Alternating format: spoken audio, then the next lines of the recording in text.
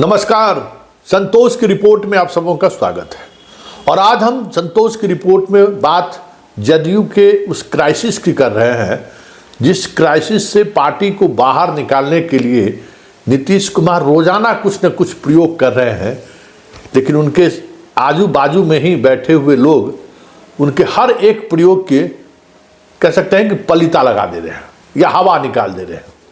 जी हाँ, हम बात मनीष वर्मा के यात्रा को जिस तरीके से स्थगित किया गया है उस संदर्भ में करना चाहते हैं।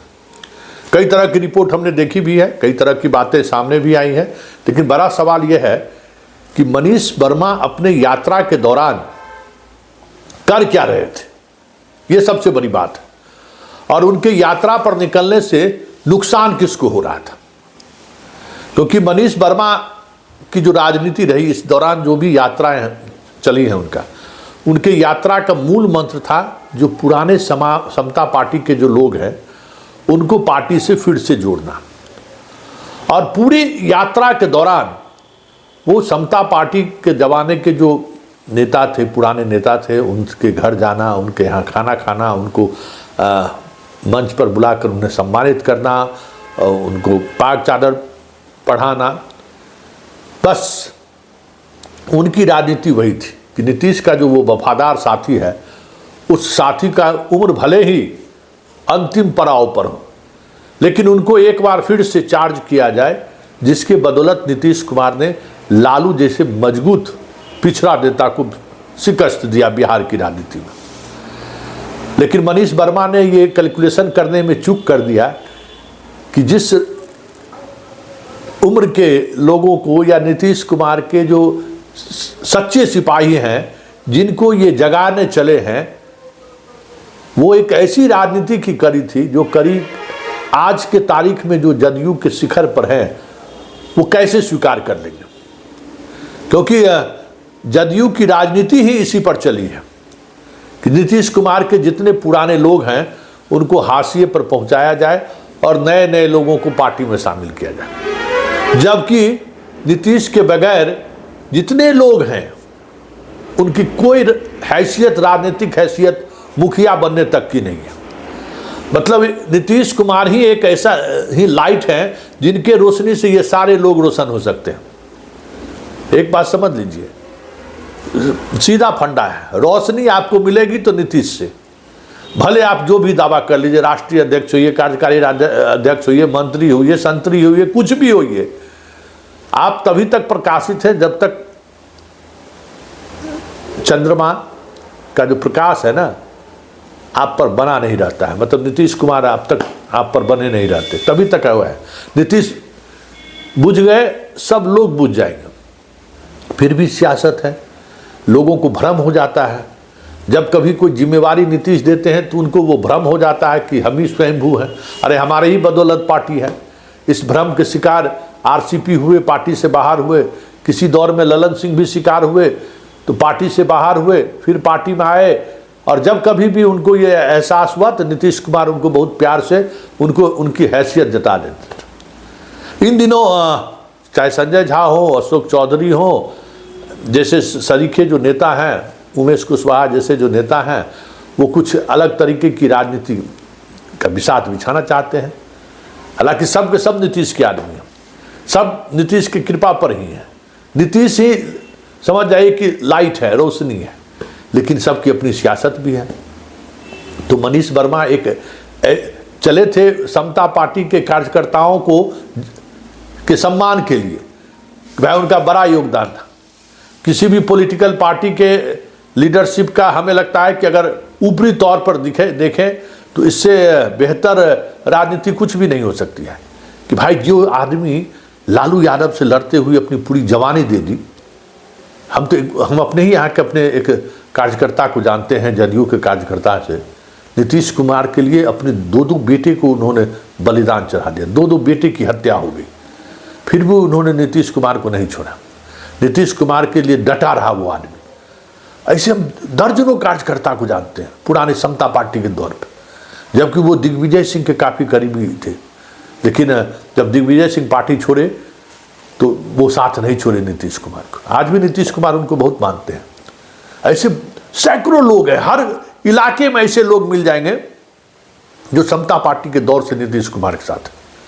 लेकिन जैसे जैसे नीतीश कुमार मतलब सक्रिय राजनीति से अपने आप को एक प्रशासक की तरफ लेते चले गए, मुख्यमंत्री के रूप में ज़्यादा वो बात ध्यान रखना शुरू कर दिए, पार्टी पर से उनका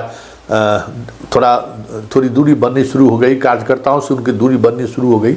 तो चाहे वो आरसीपी हो, चाहे ललन सिंह हो, चाहे संजय झा हो, चाहे अशोक चौधरी हो, चाहे उमेश कुशवाहा हो, जो कोई भी आप देख रहे हैं ना, जो भी चेहरा आपको दिख रहा है, वो चेहरा बस सिर्फ एक ही काम किया कि जो नीतीश के जो वफादार सिपाही थे उनको पार्टी से दरकिनार किया, उनको पार्टी पर हाशिए में पहुंचाया और अपने लोगों को पार्टी में शामिल करा। यही काम उन्होंने किया है।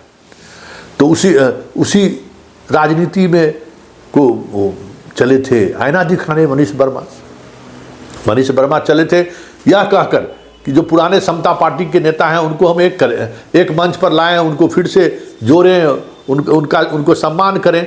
लेकिन उनका सम्मान मतलब था कि वर्तमान जो राजनीतिक सेटअप है वो सेटअप असहज होना। स्वाभाविक तौर पर ना उन्हीं लोगों को ना जमींदोज करके आज जिला अध्यक्ष, प्रखंड अध्यक्ष बने हुए हैं पुराने समता पार्टी वाले के लोगों के साथ, तो उनको सम्मान मिलेगा तो स्वाभाविक है वर्तमान नेतृत्व तो असहज होगा। तो ये असहजता बगहा से शुरू हुआ, दरभंगा, मधुबनी, समस्तीपुर आते आते विस्फोट हो गया।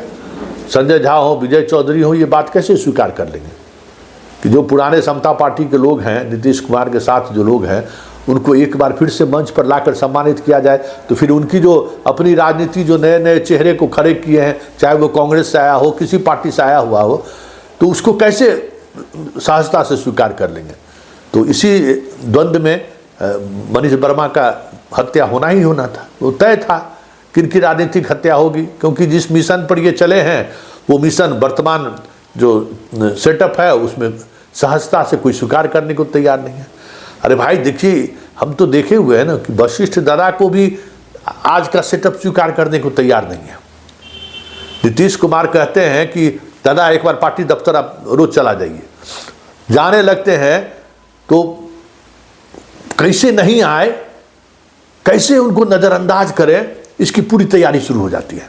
दादा बहुत बीमार है, दादा आइए गाड़ी पर बैठ जाइए, दादा से पार्टी का कार्यकर्ता नहीं मिले। पूरे पार्टी दफ्तर में यही होता है कि अगर दादा पहुंचे हैं तो पुराने कार्यकर्ता उनसे मिल न ले, या कोई कार्यकर्ता आया है तो दादा से मिल न ले, तो बात खुल जाएगी, पोल खुल जाएगा कि पार्टी दफ्तर में हो क्या रहा है, कैसे पार्टियां चल रही। तो वशिष्ठ दादा जैसे लोगों को न, उनके जितने आसपास रहने वाले लोग थे सबको संगठन से बाहर कर दिया या संगठन में डिमोट कर दिया।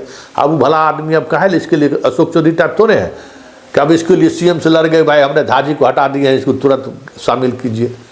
तो इस स्वभाव के तो है नहीं। वो तो नीतीश के भीष्म वाली स्थिति है कि वो सिंहासन के प्रति जिम्मेवार है, व्यक्ति के प्रति जिम्मेवार है नहीं। तो सिंहासन, पाटलिपुत्रा का सिंहासन मतलब नीतीश कुमार, तो नीतीश के प्रति जिम्मेवार हैं। इस वजह से उनके लोगों का कत्ल भी क्यों ना हो जाए, वो उस तरीके से रिएक्ट नहीं करते हैं जिस तरीके से बाकी लोग करते हैं।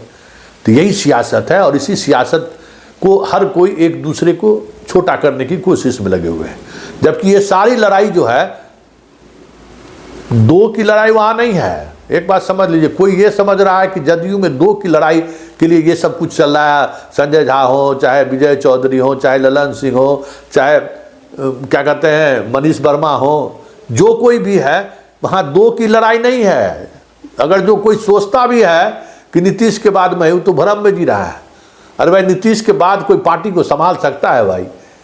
किसी में क्षमता है एगो वोट जोड़ने का, किसी में क्षमता है कि 2000 आदमी को एड्रेस करने का?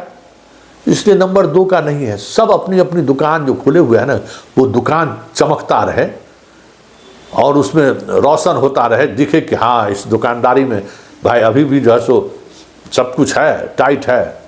तो वही चीज़ है, दुकानदारी बनाए रखने के लिए बाकी सब लोग अपने अपने तरीके से संघर्ष कर रहे हैं, 100 और मात के खेल खेल रहे हैं। अब देखना दिलचस्प होगा कि इस तरीके का निर्णय जब कभी भी नीतीश कुमार ने लिया है, उसके 24 से 72 घंटे के अंदर उसको काउंटर बैलेंस करने की उन्होंने कोशिश की। आजकल उनकी राजनीति यही है। कभी ललन सिंह नाराज होते हैं तो हर्षवर्धन को बना देते हैं राष्ट्रीय महासचिव, कभी अशोक चौधरी नाराज होते हैं तो उनको बना देते हैं राष्ट्रीय महासचिव, कभी मुसलमानों के लेकर ललन सिंह कुछ बयान दे दिए तो बलियावी को बना देते हैं राष्ट्रीय महासचिव। मतलब बैलेंस बनाने की कोशिश कर रहे हैं एक ऐसे ग्रह नक्षत्र को जिसकी अपनी कोई औकात नहीं है।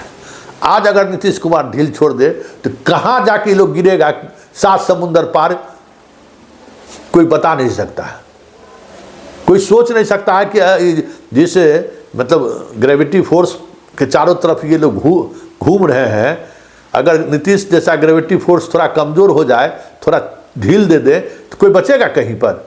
किसी की राजनीतिक हैसियत कुछ है, चाहे वो सांसद हो, चाहे विधायक हो, चाहे मंत्री हो, क्या कर सकते हैं वो?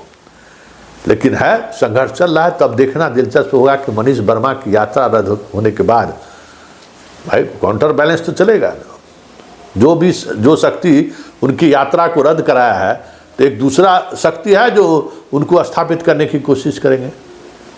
तो हमें लगता है कि अभी जो सीएम यात्रा पर निकल रहे हैं ना, आने वाले समय में उस यात्रा में मनीष वर्मा बाकी जो भुजा पार्टी की जगह लेकर हटाकर वहाँ जगह पर स्थापित हो जाए तो कोई बड़ी बात नहीं है। देखते चलिए, यही सियासत है। और नीतीश कुमार अपने पार्टी के अंदर इसी सियासत को हवा देते रहते, कभी किसी को हवा दे दिए तो फूल का कुप्पा हो गया, कभी किसी को पंक्चर कर दिए तो बेचारा निराश हो जाता है। तो ये जो खेल चल रहा है ना, उस खेल से अल्टीमेटली नुकसान पार्टी को हो रहा है। क्योंकि मनीष वर्मा ने तो एक काम कर दिया था कि पार्टी में एक नई तरीके की जान उन्होंने फूंक दी थी। और ब्यूरोक्रेट होने की वजह से ब्यूरोक्रेसी और जदयू के कार्यकर्ताओं के बीच बेहतर कोऑर्डिनेशन हो, इसकी कोशिश उन्होंने कई जिलों में सफलतापूर्वक कर दिखाया। इस वजह से जो कार्यकर्ता हैं वो ज़्यादा आग्रही होने लगे। बिहार में किसका औकात है हमको बताइए ना? कोई है जो किसी एसपी या डीएम को फ़ोन करके कुछ कह दे? मंत्री हो, संतरी, घंटी, अध्यक्ष, प्रदेश, कोई भी हो। कुछ लोगों को जो ट्रांसफ़र पोस्टिंग करके मदद पहुंचाया हुआ है उसको फ़ोन करके भले कुछ करवा ले, लेकिन बाकी लोगों के पास तो कोई ताकत ही नहीं है। और उसमें मनीष वर्मा सबसे बड़ा ताकतवर है। प्रदेश अध्यक्ष फ़ोन करे, चाहे कोई भी फ़ोन करे, और मनीष वर्मा किसी डीएम एसपी को फ़ोन करे, दोनों के रिस्पॉन्स में बड़ा फ़र्क होता है। तो ये जो रिस्पॉन्स का जो फ़र्क दिखा ना, उससे कार्यकर्ता मनीष वर्मा की तरफ झुकने लगे। अरे कार्यकर्ता को क्या है कि कहीं कोई कार्यकर्ताओं को अन्याय हो रहा है तो उसको तुरंत न्याय मिल जाए। तो मनीष वर्मा उस मामले में काफ़ी मजबूती के साथ बढ़ने लगे थे और चर्चाएं भी होने लगी थी कि भाई मनीष वर्मा और बहुत ही सरल स्वभाव के, सहज स्वभाव के थे और राजनीतिक दाव पेच वो नहीं जानते थे, लेकिन जिस मिशन पे वो निकले थे ना, वो मिशन ही अपने आप में एक बड़ा राजनीति था। क्योंकि समता पार्टी के लोगों को सम्मान करने के लिए निकले थे, जिससे वर्तमान सेटअप पूरी तौर पर खार खाए हुए। बस चले तो लोग 7 समुंदर पार कर दे, उसको चले थे मनीष वर्मा माला पहनाने के लिए, उसके घर पर गए जाते थे खाना खाने के लिए, उसके परिवार के लोगों को गले लगाने के लिए, और कहते थे कि नीतीश जी तो आप ही तो नीतीश जी के सिपाही रहे हैं, सिपाही रहे हैं, जिसके बदौलत आज नीतीश जी इतने वर्षों से बिहार के मुख्यमंत्री हैं। उसके बगल में जो जिला अध्यक्ष खड़ा रहता था उसका चेहरा लाल हो जाता था, क्योंकि जिला अध्यक्ष ही उस आदमी के राजनीति को उस गर्दिश में पहुंचाने वाले में रहे हैं, जिसके घर जाते थे मनीष वर्मा। तो फिर ऐसे में वो सियासत कितने दिनों तक चलने वाली थी? तो मनीष वर्मा का जो ये वध हुआ है ना, ये ऐसे टकराव, पार्टी के अंदर का एक ऐसे टकराव का नतीजा है जो ये चाहता है कि अब समता पार्टी के लोग फिर से नीतीश कुमार के साथ सक्रिय ना हो।